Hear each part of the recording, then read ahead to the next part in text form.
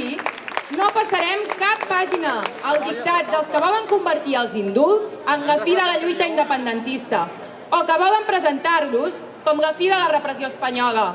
Saludem l'excarceració dels 9 presos polítics, però així com sabem que no van ser els primers, sabem que tampoc seran els últims.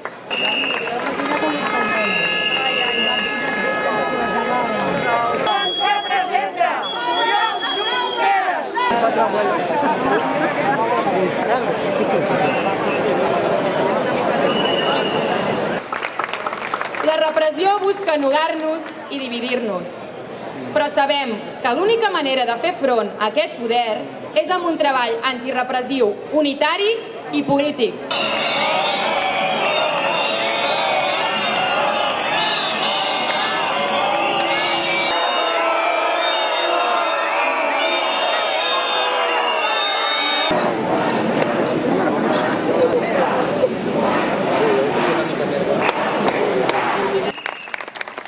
Ha vingut a Catalunya a buscar, a vendre'ns una concòrdia, a perdonar-nos, a vendre'ns uns indults. Els presos polítics, tothom els vol fora de la presó. No hi havien d'haver passat ni un dia a la presó. I també és culpa nostra que siguin allà dins, perquè en tenim les claus.